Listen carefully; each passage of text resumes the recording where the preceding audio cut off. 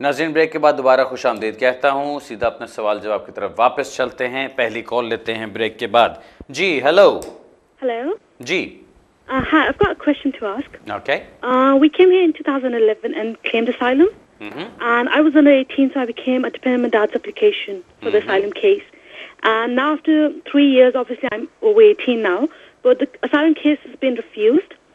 And during these 3 years, I got enrolled on a 5 years medicine-based degree in a very well-known university. So I'm in the second year now. So my question is that, is it possible if I could submit any application on the basis of my education, so I can stay here till the time my degree has been completed? Okay. And so what should be the best course of action for someone who is in a situation like this? Okay. What's happening with your asylum case right now? It's been refused. We've appealed for the upper tribunal now. Okay, so you've been to court, you've been refused by the immigration judge as well? Yeah, the first tribunal. Okay, fine. All right.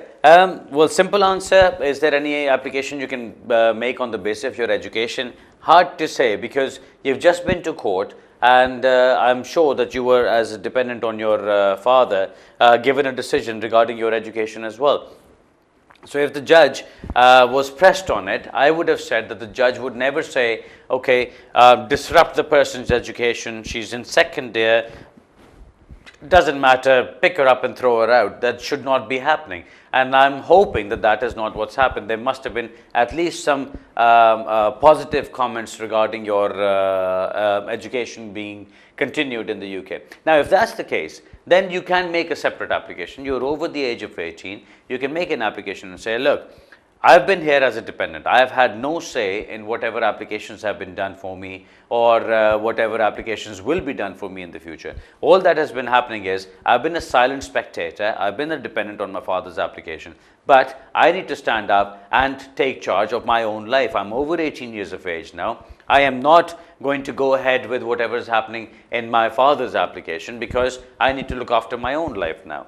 And on that basis, you could possibly do an FLRFP application and say, well, these are exceptional circumstances. I do not come under the rules as they are now, but because of my exceptional circumstances, I should be considered outside the immigration rules, and I should be granted status on a discretionary basis. So it may happen. It's just impossible for me to right now tell you exactly what the answer or the outcome is going to be, because it's going to be on a discretionary basis. But as far as your question goes, whether you can make an application or not, yes, you can make an application at any time regarding any time or regarding anything with regards to your education. Okay Urdu में बता देता हूँ जल्दी से, जो सुनने वाले को जो इंग्लिश नहीं समझते, इनका सवाल ये है कि अपने फादर के साथ ये आई थी यहाँ पे, इन्होंने अपने आके असाइलम फादर ने किया, ये 18 साल से कम थी, उससे डिपेंडेंट के तौर पे चलती रही हैं। अब इनका असाइलम क्लेम सारा के सारा रिफ्यूज़ हो गया है, कोर्ट की तरफ से उसको डिसमिस भी कर दिया गया है, और ये अपर ट्राइब्यूनल में जाकर उसको चैलेंज करना चाह रही हैं। इनका पूछने का मकसद सवाल का ये है कि क्योंकि ये सेकेंड ईयर मेडिकल में हैं और अच्छी यूनिवर्सिटी में हैं, इनकी अच्छी ज़िंदगी चल रही है, अपनी एजुकेशन चल रही है, तो ये नहीं चाहती कि उसके अंदर कोई खलल पड़े, और ये चाहती हैं कि उसके ऊपर कोई और एप्लीकेशन कर सकती हैं कि नहीं। तो जवाब उसका ये है कि आप बिल्कुल एप्लीकेशन कर सकती हैं, अपने आप को अलग करके ये कह के कि मेरी एप्लीकेशन मेरे एज एन एडल्ट पहली एप्लीकेशन है। मैं अपने एप्लीकेशन के अंदर ये कहना चाहती हूँ कि जी मेरी एजुकेशन चल रही है, मैं मेडिसिन कर रही हूँ, सेकेंड ईयर में हूँ। सो ये भी नहीं कि जी बस अभी 2 महीने हुए शुरू किए हुए, ऑब्वियसली फर्स्ट ईयर कंप्लीट करके अब मैं सेकेंड ईयर में हूँ। यूनिवर्सिटी बहुत प्रेस्टिजियस यूनिवर्सिटी है। अगर ये मैंने अपना कोर्स ख़त्म कर लिया या अपनी डिग्री ख़त्म कर ली तो मैं डॉक्टर बन जाऊँगी, और अगर मैं डॉक्टर बन जाती हूँ तो फिर मेरी लाइफ का तो बहुत अच्छा असर पड़ता है। ये सारी चीज़ें इकट्ठी करके इसकी बेस पे इनकी नई एप्लीकेशन की जा सकती है, लेकिन इनको फिर अपने पेरेंट्स से अलग होना पड़ेगा, बिकॉज ये फिर अपने पेरेंट्स के डिपेंडेंट के तौर पे नहीं चल सकती।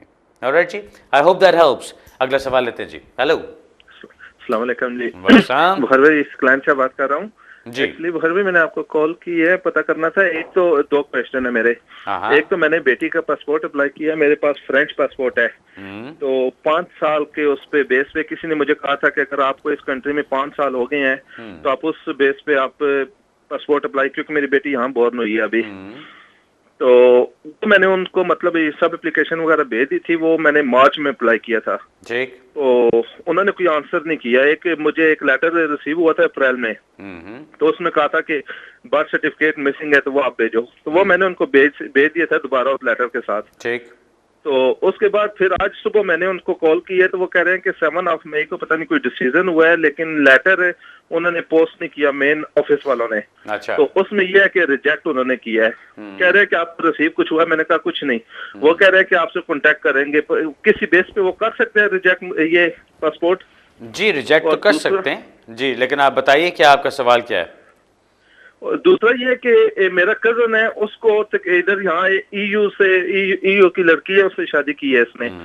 तो 3 साल उसके मतलब कंप्लीट होने वाला है, लेकिन लड़की मतलब उसके साथ अब नहीं रह रही, उनके आपस में सेपरेट हो गए हैं। तो क्या वो इस 3 साल के बेस पे कर सकते हैं ये इंडिपेंडेंट वीजा अप्लाई? किसी ने कहा था कि 3 साल के बाद मतलब ये आप इंडिपेंडेंट वीजा अप्लाई कर सकते हैं। चलें मैं बताता हूँ जी, आपने काफ़ी बड़े बड़े दोनों सवाल पूछ लिए, लेकिन चलें मैं बताता हूँ।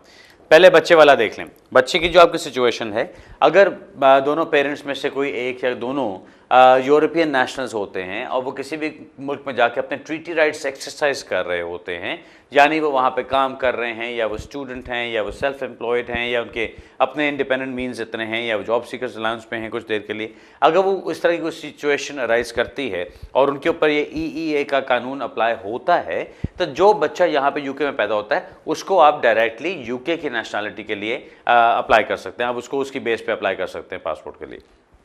सो आपकी जो सिचुएशन बन रही है, आपको उन्होंने अगर रिजेक्ट करना है तो सिर्फ इस बेस पे रिजेक्ट करेंगे, या रिजेक्ट नहीं मुझे कहना चाहिए, रिफ्यूज़ करेंगे कि आपको ये कहेंगे जी आप ट्रीटी राइट्स एक्सरसाइज नहीं कर रहे थे जिस वक्त आपकी बच्ची यहाँ पैदा हुई।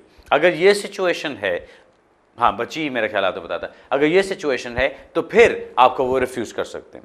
रिजेक्ट करने का मतलब ये होता है कि वो कहते हैं कि जी आपकी एप्लीकेशन वैलिड नहीं है, इसमें कोई चीज़ मिसिंग है जिसके बगैर एप्लीकेशन को डिसाइड नहीं किया जा सकता। सो अगर वैलिड एप्लीकेशन नहीं होगी तो आपको रिजेक्ट करते हैं, और अगर वैलिड एप्लीकेशन होगी और उसको उन्होंने वो ना मानना हो तो उसको रिफ्यूज़ल करते हैं। ठीक है, आपने ये देखना कि आपको रिफ्यूज़ किया गया कि रिजेक्ट किया गया, क्योंकि अगर तो रिजेक्शन है तो फिर तो आप फौरी तौर पे नई एप्लीकेशन कर सकते हैं जिसमें आप कह सकते हैं कि जी ये डॉक्यूमेंट मिसिंग था, अब मैं साथ लगा के मैं दोबारा अप्लाई कर रहा हूँ, तो उसको उसकी बेस पे दे दिया जाए। अगर रिफ्यूज़ल है तो रिफ्यूज़ल का मोस्ट प्रॉब्ली जो आपका पॉइंट होगा वो सिर्फ यही होगा कि at the time that the child was born, यानी जिस वक्त बच्ची यहाँ पैदा हुई है उस वक्त आप ट्रीटी राइट्स एक्सरसाइज नहीं कर रहे थे, यानी उस वक्त आपने कुछ दिखाया नहीं कि आप काम कर रहे हैं या यूरोपियन रेगुलेशंस क्यों आपके ऊपर अप्लाई होती हैं। तो ये तो आपका जी पहला जवाब हो गया।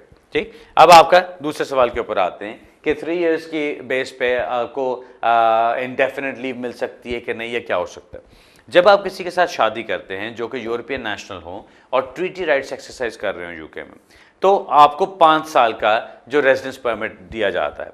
उस रेजिडेंस परमिट का ये मतलब नहीं कि उस डेट से आखिरी डेट तक वो वैलिड है, वो तो उसकी परमिट की वैलिडिटी है, उसका वीज़े की वैलिडिटी नहीं है वो। ठीक है, याद ये रखिए कि जब आप यूरोपियन नेशनल से शादी करके रह रहे हैं तो जिस डेट को, किसी भी डेट को, जब आपकी शादी हो चुकी हो और वो ट्रीटी राइट्स एक्सरसाइज कर रहे हो और कंटिन्यूअसली करते रहें अगले 5 साल तक, तो फिर आपके 5 साल का वो रेजिडेंस का परमिट परमानेंट रेजिडेंस बन सकता है। वो सिर्फ तब अगर थ्रू आउट द टाइम ये चीज़ चल रही हो, बीच में कहीं गैप आ जाता है तो वहाँ से फिर दोबारा ज़ीरो से शुरू हो जाता है। अब आपने बताया कि जी उन्होंने शादी की, उनको रेजिडेंस परमिट भी मिल गया, 3 साल भी हो गए हैं शादी को, लेकिन अब वो इकट्ठे नहीं रह रहे हैं, तो अब क्या होगा। ये 3 साल की जो रेलेवेंस है, ये अक्सर लोग पूछते हैं कि जी बस 3 साल हो गए अब इंडेफिनिट के लिए अप्लाई कर दें। Doesn't work like that. उसकी कुछ कंडीशंस और हैं। उसकी कंडीशंस क्या, इसको कहते क्या है, इसको कहते हैं रिटेंशन ऑफ राइट।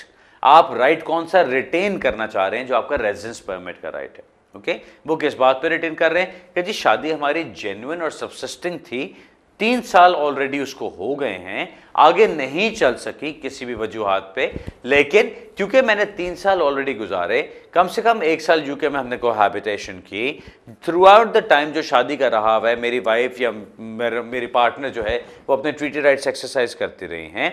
बाकी जो और कोई भी रिक्वायरमेंट्स हो सकती हैं, बात क्रिमिनलिटी ये वो सारी मेरे ऊपर नहीं पूरी होती, वो नहीं अप्लाई होती। प्लस ये कि हमारे मैरिज भी एंड हो चुकी है, यानी आपकी डिवोर्स, आपकी डिक्री एब्सोल्यूट इशू हो चुकी है, और ये कि थ्रू आउट द पीरियड, जो शादी के पहले दिन से और जिस दिन से वो काम भी कर रही, जब से वो क्वालिफाइड पर्सन बनती हैं, उस टाइम से लेके उस आखिरी वक्त तक जब मेरे वो 5 साल कंप्लीट होते हैं, वो मैं थ्रू आउट अपना काम भी करता रहा हूँ और मैं कोई बेनिफिट्स वगैरह नहीं लेता रहा। अब ये सारी रिक्वायरमेंट्स, कुछ छोटी छोटी टेक्निकलिटीज़ होती हैं इनके अंदर जो अक्सर लोग मिस कर जाते हैं। ये सारी रिक्वायरमेंट्स पूरी होंगी तो आप रिटेन कर सकते हैं अपना राइट ऑफ रेजिडेंस, और वो करने के बाद जब आपके 5 साल कंप्लीट हो जाते हैं तब आप अप्लाई करते हैं वो परमानेंट रेजिडेंस। ये नहीं कि जी बस आज 3 साल हुए तो मैं जाके फौरन अप्लाई कर दूं तो बात खत्म, मुझे परमानेंट रेजिडेंस मिल जाएगी। Doesn't work like that. Retention of rights में ये होता है कि आपको 5 साल पूरे कंप्लीट करके फिर आप उसके लिए कहते हो कि अच्छा जी अब मुझे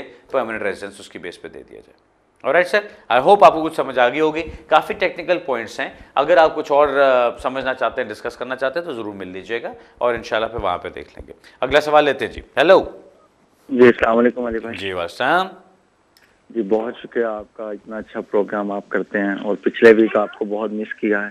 thank you sir, thank you. Obviously वो बैंक हॉलीडे थी और आपकी छुट्टी थी जी। तो मेरे 2 सवाल हैं अली भाई, प्लीज जरा तफसील से इसका जवाब दे देंगे तो अच्छा बताइए। पहला ये है कि मैंने एंटरप्रेन्योर अप्लाई किया था और उसमें मतलब पाकिस्तान से बैंक स्टेटमेंट थी 50,000 पाउंड की, ठीक। तो मतलब वो जेन्युइन थी, अब्बू की थी, तो उसमें वो मेरा वीजा तो लग गया।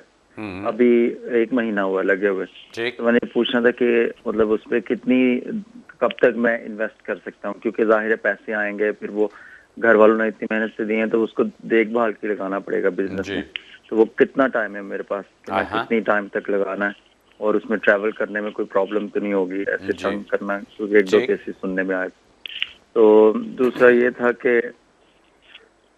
ये था कि मतलब मैंने डिपेंडेंट अगर बुलाना है, जैसे पाकिस्तान से शादी की तो लड़की ने आना है, तो उसकी क्या रिक्वायरमेंट्स हैं? बस ये 2 चीजें मैंने पूछनी है। जो पहला आपका सवाल है जी, उसमें तो आपको ये देखना है कि आपके पास 3 इयर्स का टाइम होता है वो पूरे पैसे इन्वेस्ट करने के लिए, क्योंकि जब आपने एंटरप्रेन्योर का वीज़ा लगवा लिया तो फिर उसके ऊपर कुछ सेट टाइम ये नहीं कि जी आपने 6 महीने के अंदर सारा इन्वेस्ट करना है या कुछ ऐसा करना है। आपको ये देखना है कि आपका जो टाइम पीरियड है वो 3 इयर्स का है, जिसके बाद आपने एक्सटेंशन के लिए अप्लाई करना है। अब उसका मतलब ये नहीं कि जी आपने 2014 में अपना एंटरप्रेन्योर वीज़ा लगवाया, अब 2014 भी आपने पार्टी करते हुए गुजार दिया, 2015 भी वैसे गुजार दिया, 2016 के ऊपर जब आपका वो टाइम आ रहा है, वो 2017 आ गया, जब आपका टाइम आ रहा है एक्सटेंशन के लिए, तब आपने फट पैसे निकाले थे बिजनेस में डाल दिए और कहा कि जी लो मैंने इन्वेस्ट कर दिए।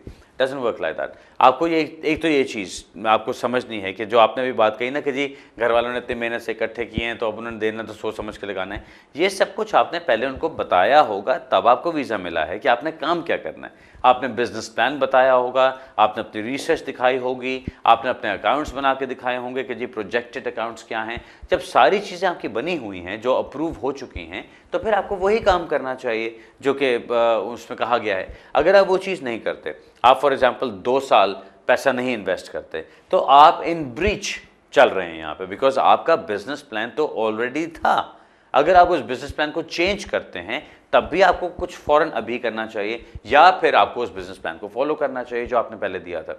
ये चीज़ कहना कि जी बड़ा सोच समझ के पैसे लगाने, वो गलत इसलिए है कि सोच समझ के तो बिजनेस प्लान आपने लगाया था साथ उसका मकसद ही ये था कि आपने सोच लिया कि आप बिजनेस करना है, आपने बिजनेस की वायबिलिटी का यकीन दिलाया, बिजनेस की जेन्युइननेस का यकीन दिलाया, अपनी कैपेबिलिटी का यकीन दिलाया, तब जाके आपको PSW में ये एंटरप्रेन्योर मिला ना, उसके बगैर तो नहीं मिलना था आपको। सो खैर, अब सोचने वाली बात यह है कि आपने आगे क्या करना है। आगे मेरा मशवरा आपको ये होगा कि जो आपका बिजनेस प्लान है, बेशक उसमें थोड़ी ट्विचिंग कर लें, उसको जो भी स्विच जिस तरह से आपने बेहतर करना है उसको वो कर ले, लेकिन स्टार्ट कर दीजिए कुछ भी। अब आपका सवाल आता है ट्रैवल का। आप ट्रैवल करना चाहते हैं, पैसा आपने कख इन्वेस्ट नहीं किया, आप एयरपोर्ट पे जाते हुए तो कोई मसला नहीं, चले जाते, जब आप वापस आते हैं तो आपसे इमिग्रेशन ऑफिसर पूछेगा कि अच्छा जी ये आपका रेजिडेंस परमिट है, बताइए कि आपका बिजनेस कहाँ चल रहा है, आपने प्रेमिसेस कहाँ पे लिया, आपकी कोई इन्वॉइसेस, कोई आपकी बैंक स्टेटमेंट्स, जिससे नज़र आए कि आप एक्चुअली वो बिजनेस रन कर रहे हैं। अगर आप उसको कुछ दिखाने में कामयाब नहीं होते तो वहाँ पर आपका वीज़ा कर्टेल करके कैंसिल किया जा सकता है। सो इस चीज़ का ख्याल रखिएगा। ओके दूसरा सवाल आपका था कि अबाउट द डिपेंडेंट के, डिपेंडेंट को साथ लेकर आना है, तो उसमें किस चीज़ की ज़रूरत है।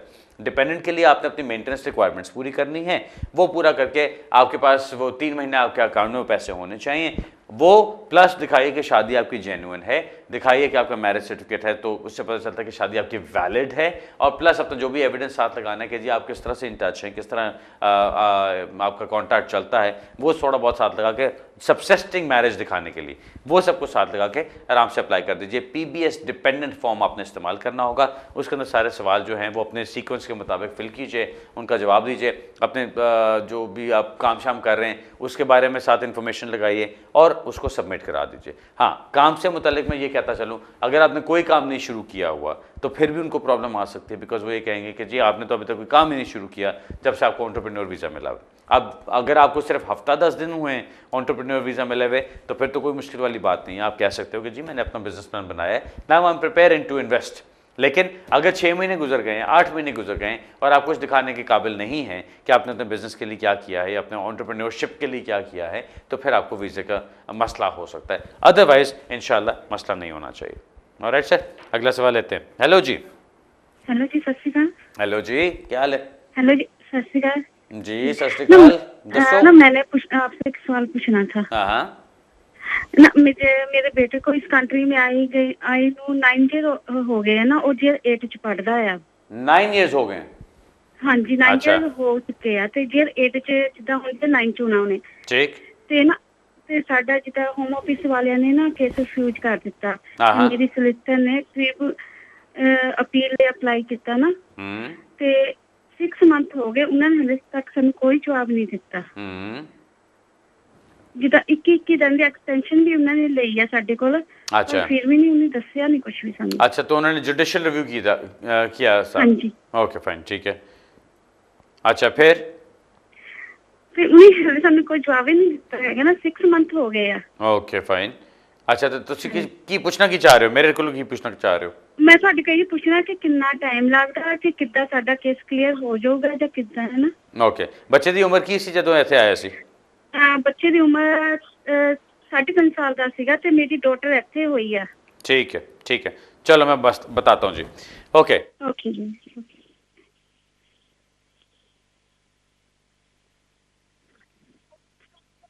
आया था यहाँ पे तो 3.5 साल का था। अब 3.5 साल का बच्चा जब यहाँ पर आके रहना शुरू करता है तो उसकी होश इतनी है कि वो देख सकता है, वो समझ सकता है कि वो कहाँ पे रह रहा है और क्या हो रहा है। अब उसकी लाइफ जब यहाँ पे चल रही है, जब वो 9 साल गुजार लेता है, तो वाकई अनरीजनेबल होगा कि उसको यहाँ से निकाला जाए। अब कानून क्या कहता है इस वक्त? वो यही कहता है कि अगर आपके बच्चे को यहाँ पे 7 साल हो गए, वो उसकी उम्र 18 साल से कम है, वो यूके में है और उसको यहाँ पे रहते हुए 7 साल से ज़्यादा हो गए हैं, और आखिरी चीज़ और सबसे इंपॉर्टेंट चीज़ ये है कि इट वुड बी अनरीजनेबल होगा कि उसको यहाँ से निकाल दिया जाए, तो फिर आपको स्टेटस मिल सकता है। अब ये चीज़ आपकी ऐसी है, आपने जुडिशियल रिव्यू किया, आपका केस बनता है जुडिशियल रिव्यू में जाने के लिए, लेकिन वो एक्सटेंशन करते हुए अभी तक आपको जवाब नहीं दे रहे। एक्सटेंशन एक टाइम में, ये कुछ महीने पहले तक बेतहाशा चल रही थी, होम ऑफिस को धड़ाधड़ वो एक्सटेंशंस करते रहते थे और 4-4, 6-6 महीने गुजर जाते थे, आपकी एप्लीकेशन का फैसले कुछ नहीं हो रहा होता था जुडिशियल रिव्यू के अंदर। अब एक प्रैक्टिस डायरेक्शन आई है जो कहती है कि होम ऑफिस को सिर्फ एक एक्सटेंशन मिलेगी और उसके बाद अनलेस कोई बड़े सॉलिड रीजंस होंगे उनको दोबारा एक्सटेंशन नहीं दी जाएगी। ये ट्रेजरी सोलिसिटर्स की बात कर रहा हूँ। सो अब क्या है, आपको 6 महीने गुजर गए हैं, पहले तो अपने वकील से रब्ता करें और समझें कि वाकई उनको कुछ नहीं आया। दूसरा, पे अपने वकील से कहें कि भाई अगर कुछ नहीं आया तो खाली बैठने के बजाय आप ट्रेजरी सोलिसिटर से रब्ता करो या कोर्ट से रब्ता करो और देखो क्या हो रहा है। अब अगर उन्होंने अभी तक अपना डिफेंस ही फाइल नहीं किया या एक्नॉलेजमेंट सर्विस ही फाइल नहीं की तो फिर तो बड़ी ज्यादती है, लेकिन अगर वो फाइल कर चुके हैं और अब कोर्ट का टाइम लग रहा है फैसला करने में, उसमें आप कुछ नहीं कर सकते। अगर उनकी तरफ से सारा कुछ आ चुका हुआ है और कोर्ट ने अभी फैसला करना है तो फिर वो कोर्ट फैसला करेगा, जब भी कोर्ट फैसला करेगा जब उनके पास टाइम होगा। लेकिन आमतौर पर ऐसा होता है कि जब इस तरह की सिचुएशन हो जहाँ पे बच्चा 3.5 साल का था, यहाँ पर आया, 9 साल उसने गुजार लिए, तो ट्रेजरी सोलिसिटर्स को अपना केस ही विड्रॉ कर लेना चाहिए, अपना रिफ्यूजल लेटर ही विड्रॉ कर लेना चाहिए। सो अपने वकील से कहें कि इस चीज़ का वह पुश करें कि भाई हमारा तो केस इतना स्ट्रॉन्ग है कि उसके ऊपर हमें स्टेटस मिलना चाहिए, तो जुडिशियल रिव्यू में जाने की क्या ज़रूरत है?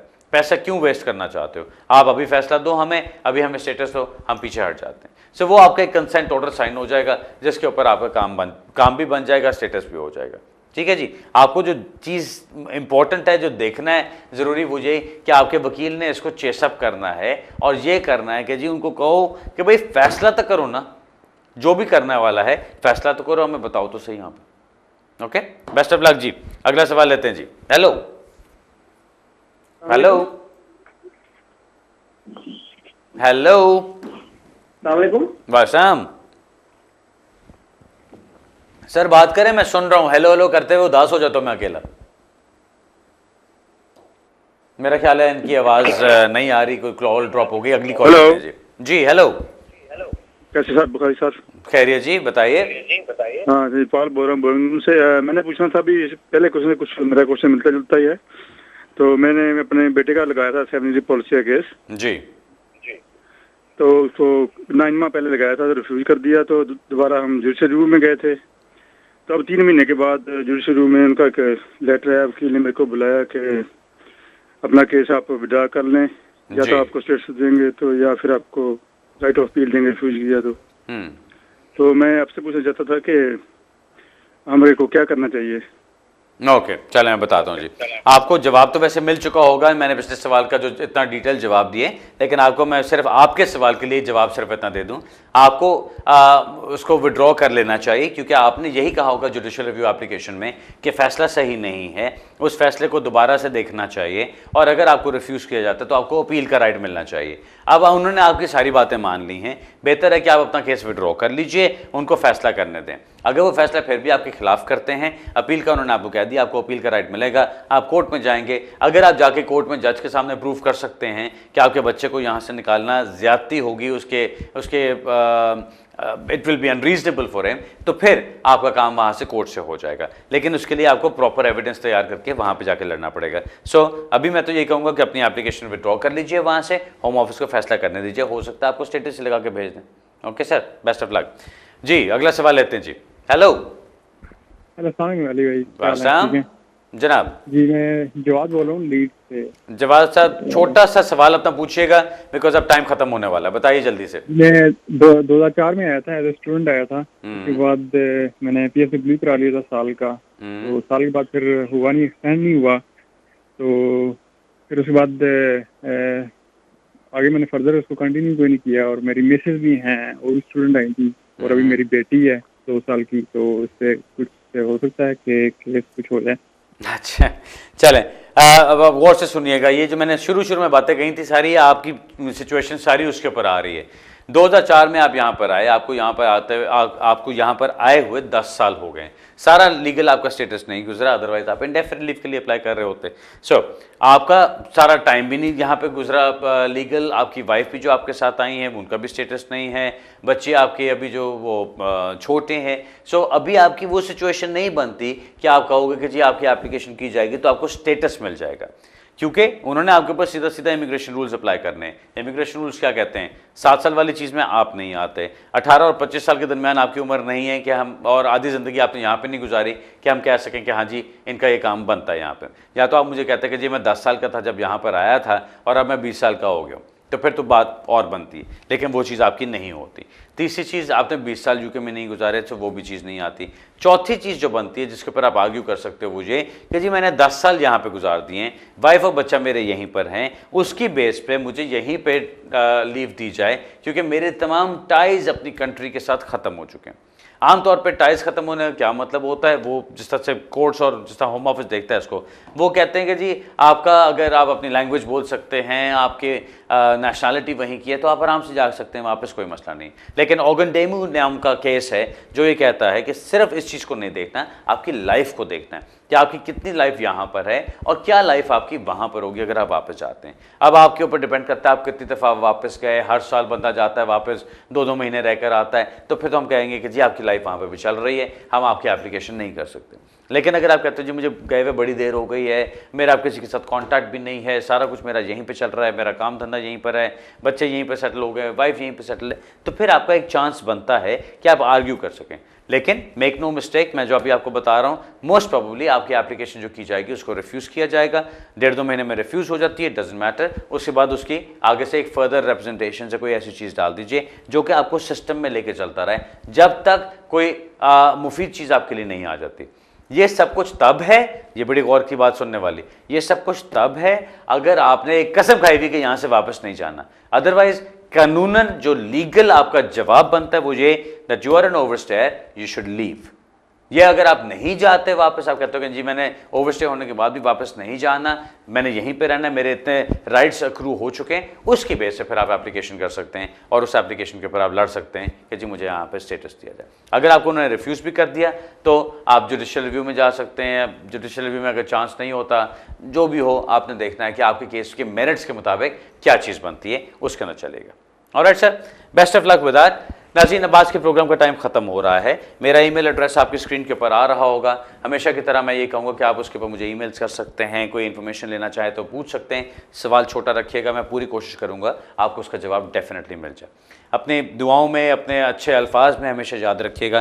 प्रोग्राम मैं बता चुका हूँ कि कल गैंट्स हिल यानी एल्फर्ड वाले ऑफिस में हैं, वेंसडे को दोबारा फिचली ऑफिस में हैं, थर्सडे को साउथ हॉल ऑफिस में हैं और फ्राइडे को मैनचेस्टर ऑफिस में हैं। इंशाल्लाह बहुत जल्दी अपना यूरोप वाला प्रोग्राम भी मैं अनाउंस करूंगा आपके साथ। यूरोप के ऊपर काम बड़ी ज़ोर शोर के साथ चल रहा है, बहुत सारी चीज़ें प्रिपेयर कर रहा हूँ, बहुत सारी चीज़ें प्लान कर रहा हूँ। पहले शुरू किया था कि बस 4-5 कंट्रीज़ करेंगे, अब इंशाल्लाह मैं पूरी 21 कंट्रीज़ की तरफ जा रहा हूँ और इंशाल्लाह ऑप्शंस बहुत सारे निकाल के दूंगा लोगों को। अगले हफ्ते इसी जगह इसी दोबारा मुलाकात होगी। तब तक के लिए इजाज़त चाहता हूँ। खुदा हाफिज़ एंड गुड इवनिंग।